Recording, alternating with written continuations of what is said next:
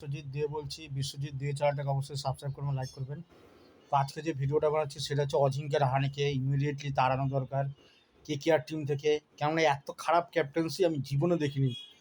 ভাগ্যিস বৃষ্টিটা হয়েছিল, না হলে এই ম্যাচটা কেকেআর অবশ্যই হারতো। ঠিক আছে, প্রথম পাওয়ার প্লেতে ইডেন গার্ডেনের কত সুন্দর পিচ, সেখানে ওরা 2 উইকেট হারিয়ে বসে আছে। ঠিক আছে, মাত্র 3 ওভারের মধ্যে।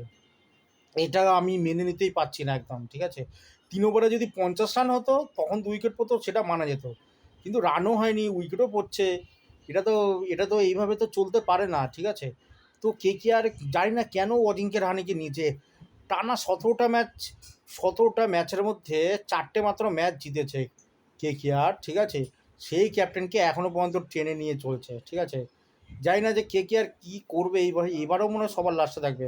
আর ওর ব্যাটিং তো খুব একটা ভালো না, ওর ব্যাটিং একদম স্লো ব্যাটিং করে। ঠিক আছে, অত স্লো ব্যাটিংয়ে কোনো ম্যাচ জিততে পারবে না। ঠিক আছে, স্লো রান করে এখন 180-90 সেফ না। ঠিক আছে, এখন 230-40 এরকম যদি রান না করতে পারে, ঠিক আছে, কেকেআরের ইডেন গার্ডেনের পিচে জেতা অসম্ভব ব্যাপার। ঠিক আছে, তো অজিঙ্ক্য রাহানে যেভাবে খেলে, স্লো খেলে, কোনো দিন কোনো টিম জিততে পারবে না। ঠিক আছে, কোনো টিম জিততে পারবে না।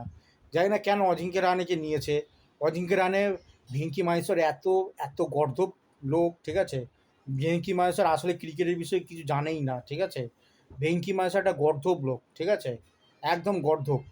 ওর দেখছে যে অজিঙ্ক্য রাহানের স্ট্যাটাস খুব খারাপ। ঠিক আছে, ও আগেও ক্যাপ্টেন্সি করতো, তখনও প্রচুর ম্যাচ হেরেছে। ঠিক আছে, তো অজিঙ্ক্য রাহানে আর আনসোল্ড গিয়েছিল। ঠিক আছে, 2025 2025 আনসোল্ড গিয়েছিল। ঠিক আছে, সেই অকশন থেকে ওকে নিয়েছে। ঠিক আছে, যখন যে প্লেয়ার আনসোল্ড হয়েছিল সেই প্লেয়ারকে কেকেআর নিয়ে তাকে ক্যাপ্টেন বানিয়েছে। ঠিক আছে, যে কোনো টিম কিনতে চাইছিল না সেই প্লেয়ারকে নিয়ে কেকেআর ক্যাপ্টেন করেছে। মানে ভেঙ্কি মাহেশ্বর খেলার বিষয়ে কিছু জানেই না। ঠিক আছে, আর তারপরে ডিজে ব্রাভো যে কিনা সবসময় নেচে বেড়ায়। ঠিক আছে, ডিজে ব্রাভো, তারপরে উল্টো পাল্টা গৌতম গম্ভীর ছিল।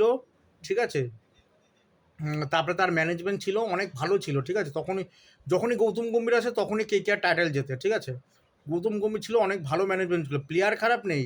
প্লেয়ার খুব ভালো ভালো প্লেয়ার আছে। Finn Allen. ঠিক আছে, তারপরে ক্যামেরন গ্রিন। ঠিক আছে, রিঙ্কু সিং, এদের মতো পৃথিবীর শ্রেষ্ঠ প্লেয়ার পাবে না কোথাও। ঠিক আছে, আরও তারপরে অনেক ট্যালেন্টেড প্লেয়ার আছে ইন্ডিয়ার। ঠিক আছে, তো মেইন হচ্ছে ম্যানেজমেন্টের জন্য, মানে কোচ ভালো না। ডোয়েন ব্রাভো এটা ভালো প্লেয়ার নয়, মানে ভালো কোচ নয়।